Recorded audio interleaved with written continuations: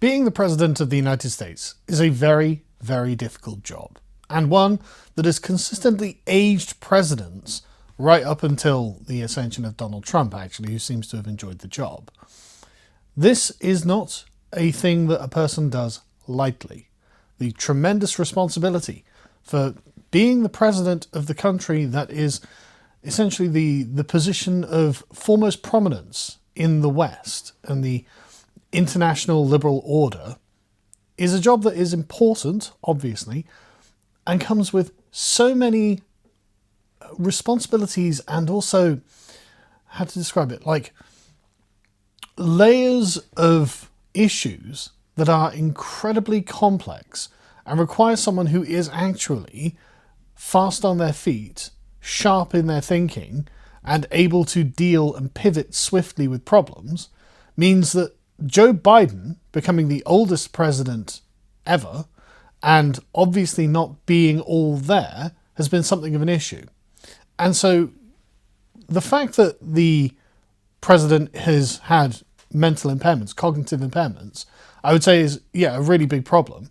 And really, you would think that the people in the United States who are like the layers of the elites of the United States going up to the presidency would have interceded, would have at least made their voices, their concerns known.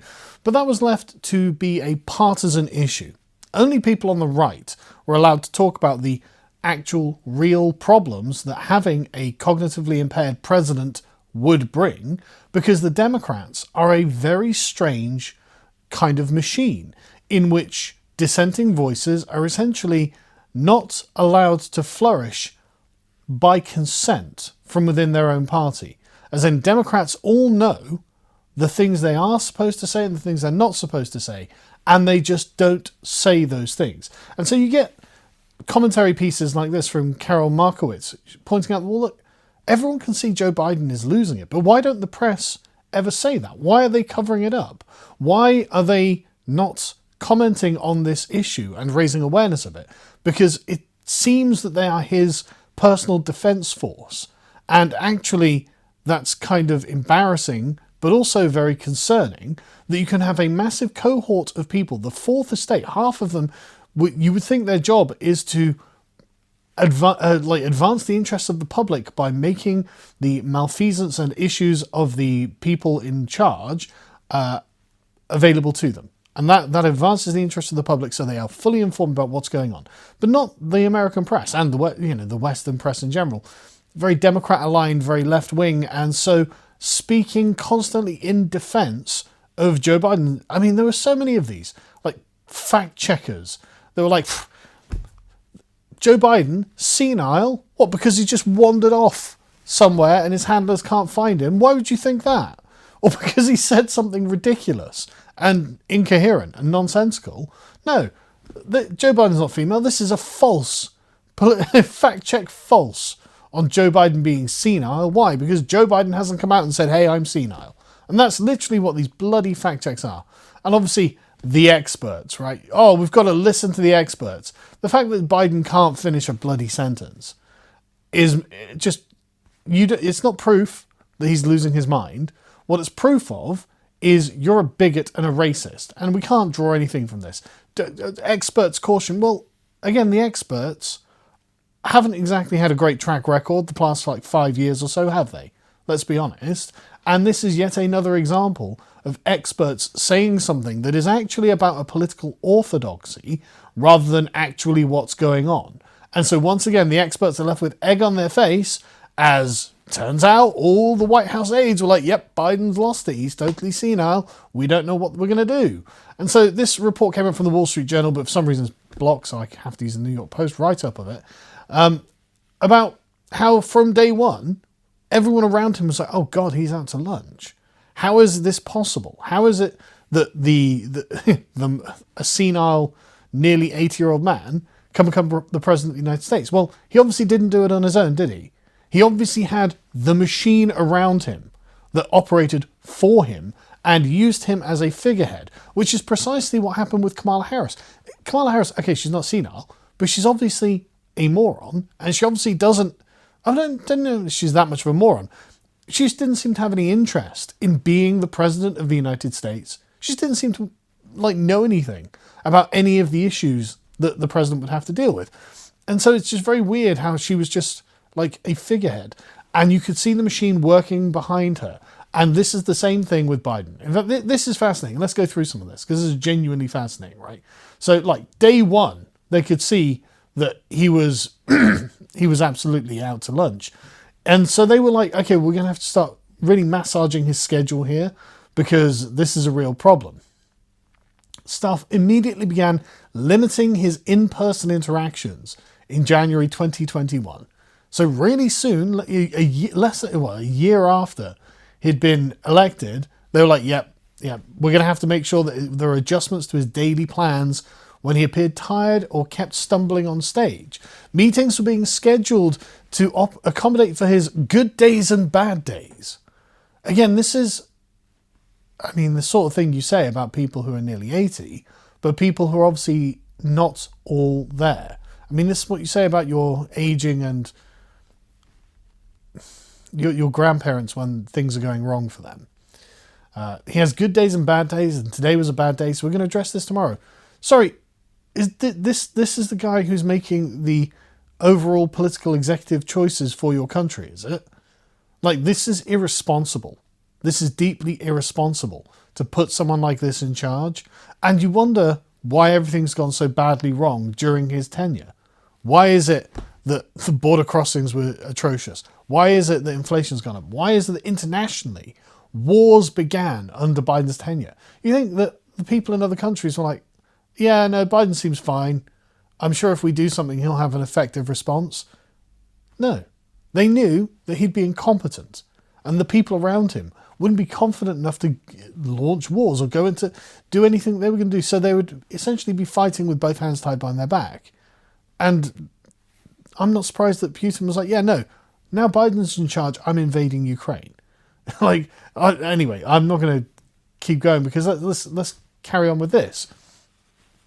So anyway, they admitted that he had a fully functioning 6-hour window that closed around 4 p.m. daily.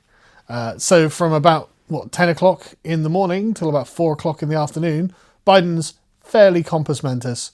He can basically get things done. Outside of that, though, can't have him doing anything. And they knew this. They knew this from the start.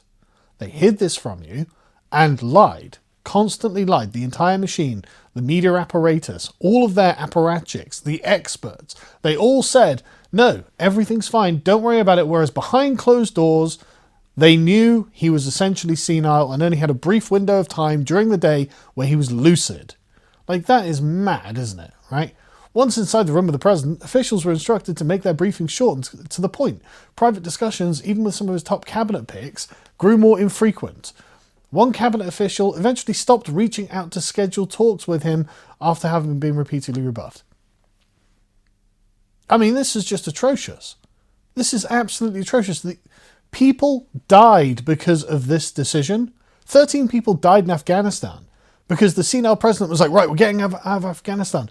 In this bizarre madcap flee from the country where it's, oh no, Americans, flee for your lives. It's like, why? The Taliban aren't going to defeat the Americans in Afghanistan. There was no threat. There wasn't, the base wasn't about to be overrun. You could have taken your time if you'd done it properly, if you'd want to withdraw from Afghanistan. And instead, it cost 13 lives. And now the Taliban are in charge of Afghanistan. They were terrorists 5 minutes ago. Now they're the government of that country. Anyway, so again, this keeps going on. And they ensconced him in a kind of world of fakeness. Staffers removed negative reports from Biden's stack of news, misleading him about the public's opinion of his job performance, which reached a 70-year low in 2024. Of course it did. Of course it did. And you know what's interesting is that in Britain, the Labour Party staffers basically did the same thing with Jeremy Corbyn. They would target him with Facebook adverts that were like really communist to make him think that the party was reflecting this, and then they're like, okay, but we'll put out the normal stuff outside of his views so he doesn't see it. But you can see just how concerning this is. Like, sorry, if the person in charge of your country is essentially being stage managed by a bunch of staffers. I mean, you don't know who those people are. You don't know who they have responsibilities to. I assume that it's just to themselves and not to the country as well. But anyway, everything about this is terrible. Everyone involved in this, there should be some accountability that they face, right? They faked it. They lied to the entire country. They got the institutions and the machine of the Democratic political wing to all walk in lockstep with a guy who is essentially just totally senile, and they knew it. And then they're like, well, Chris Zilla here's like, well, I shouldn't have ignored it. I should have pushed harder. Why? You're a normal part of the Democrat machine. Why come out and say this? Like, we know you're liars. We know that you have an agenda, and we know that this agenda supersedes moral conduct. We know that this agenda supersedes doing the right thing. And so don't be like, oh, well, yeah, I fell for the shame campaign from the White House when questioning his mental faculties. It's like, well, why would you feel shamed by them? Like, it's so weird. I can't imagine Keir Starmer comes out and tries to shame me for being critical of the things he had done. I'd be like, I don't view you as a moral authority. I view you as the opposition that I'm supposed to be interrogating, because I want to make sure that people are aware of the things that the Biden administration is doing in this country, right? I want people to be aware so they can make informed decisions about the things that are happening. And you were like, I don't want people to make informed decisions. I want to make sure that I don't feel ashamed when I'm hanging out with my fellow Democrats. So, okay, well, there we go.